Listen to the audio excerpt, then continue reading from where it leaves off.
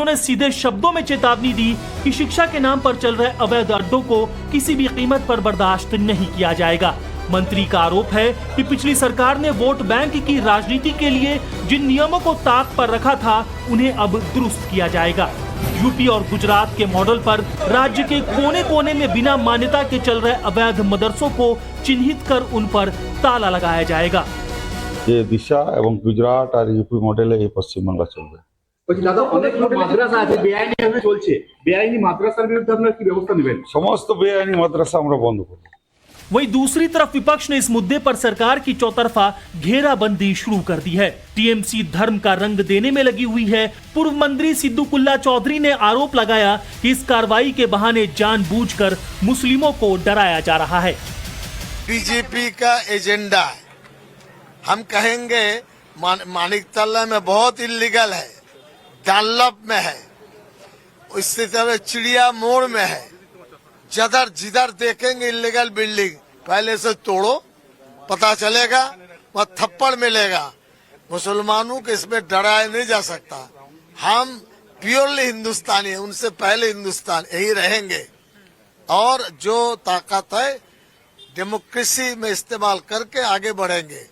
ये डर दिखाने के लिए है, झूठ मूठ है। अब का बेटा बेटी सब तो बाहर में पढ़ते हैं।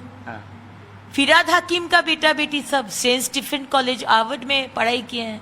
ऐसा क्यों है कि अपना बेटा बेटी के लिए सेंट स्टीफन और हार्वर्ड और बंगाल के मुसलमान बच्चों के लिए खारिजी मद्रासा, क्यों ऐसा क्यों होगा?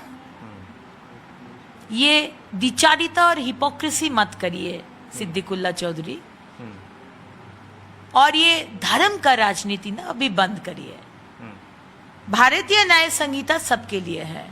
भारत में अगर रहना है भारतीय न्याय संहिता मान के चलना है। अगर नहीं मानेंगे तो भारत से बाहर जाइए। साल 2011 में जब टीएमसी सत्ता में आई तब अल्पसंख्यक मामले और मदरसा शिक्षा विभाग का बजट करीब 472 करोड़ था, जो सरकार जाते जाते 12 गुना बढ़ गया। साल 2026-27 के अंतरिम बजट में ममता सरकार ने अल्पसंख्यक मामलों और मदरसा शिक्षा विभाग के लिए 5,713 करोड़ का बजट कर दिया। सूचना प्रौद्योगिकी यानी आईटी और इलेक्ट्रॉनिक्स के लिए ममता सरकार ने महज 217 करोड़ रुपए का खजाना खोला।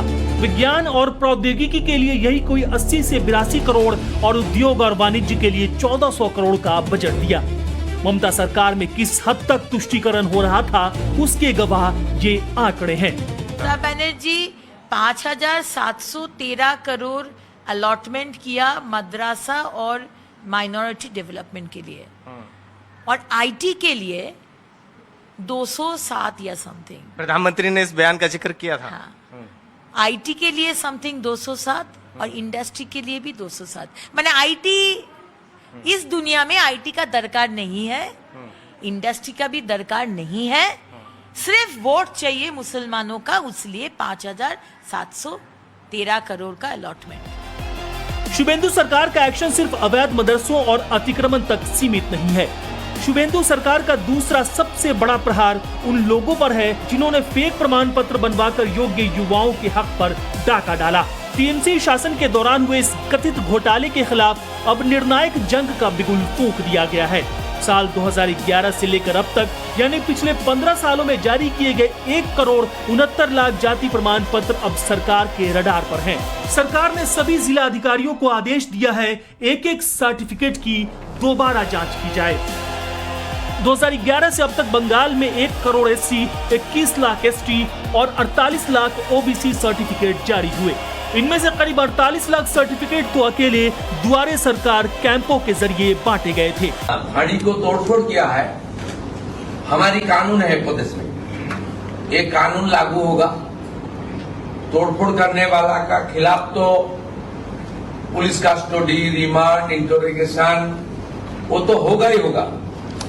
साथ साथ जो डैमेज हुआ गवर्नमेंट प्रॉपर्टी, उनका पर्सनल एक्सचेकर से वो भी वसूल करने का डायरेक्शन हो हम लोग दे दिया। कोई सरकारी प्रॉपर्टी पर हाथ मत उठाओ। पुलिस इंजोर होगा तो छोड़ने वाला हम लोग नहीं है। कोई भी समुदाय के लोग, धर्म के लोग हैं, कानून के अंदर व्यवस्था करें, नहीं तो कानून का हाथ बहुत लंबा है। कहीं भी पहुंच सकता है, अब देख रहे हैं। तो इसलिए मजबूर ना करे सरकार को कुछ बड़ा स्टेप लेने के लिए, चाहे आसनसोल हो, जो कहीं हो, कलकत्ता हो, कानून के बाहर कानून के ऊपर जो काम करने का आदत पड़ चुका है उसको अपने आप सुधारे, नहीं तो हमको सुधारना आता है। सरकार की सख्ती के बीच बंगाल से विरोध की तस्वीरें भी लगातार आ रही हैं। विरोधी सवाल उठा रहे हैं, लेकिन शुभेंदु सरकार हर मोर्चे पर लगातार एक्शन मोड में है। अब सरकार ने राज्य पीडब्ल्यूडी के एनएच विंग से 7 राष्ट्रीय राजमार्ग हिस्सों को औपचारिक रूप से एनएचएआई और एनएचएआईडीसीएल को सौंप दिया है। यह प्रस्ताव लगभग 1 साल से लंबित था। अब ये मार्ग सिक्किम, भूटान और बांग्लादेश से कनेक्टिविटी के साथ साथ बिहार बंगाल कॉरिडोर और भारत बांग्लादेश सीमा तक संपर्क को मजबूत करेगा। जब से बीजेपी की सरकार बनी है तब से टीएमसी खेमे में हाहाकार मचा हुआ है। बंगाल के उत्तर 24 परगना के विधान नगर इलाके के बसंती देवी में टीएमसी ऑफिस से सैकड़ों आधार कार्ड जब्त किए गए हैं। सरकारी जमीन की खरीदी बिक्री के दस्तावेज भी मिले हैं। आधार कार्ड और सरकारी जमीन के दस्तावेज मिलने के बाद हड़कंप मच गया। पुलिस ने सभी आधार कार्ड को जब्त कर लिया है। एक तरफ शुभेंदु सरकार एक्शन मोड में है, दूसरी तरफ सरकार की नजर फाल्टा विधानसभा में होने वाले उपचुनाव पर है। फाल्टा सीट पर हो रहे उपचुनाव के लिए भी बीजेपी ने पूरी ताकत झोंक दी है। कमान खुद मुख्यमंत्री शुभेंदु अधिकारी ने संभाल ली है। शुभेंदु ने बीजेपी कार्यकर्ताओं के साथ अहम बैठक की, जिसमें उन्होंने फाल्टा के वोटरों की सुरक्षा पर मंथन किया और यहां से टीएमसी उम्मीदवार जहांगीर खान को आगाह भी कर दिया। তাই বিজেপি যা চায় উৎসবের মতো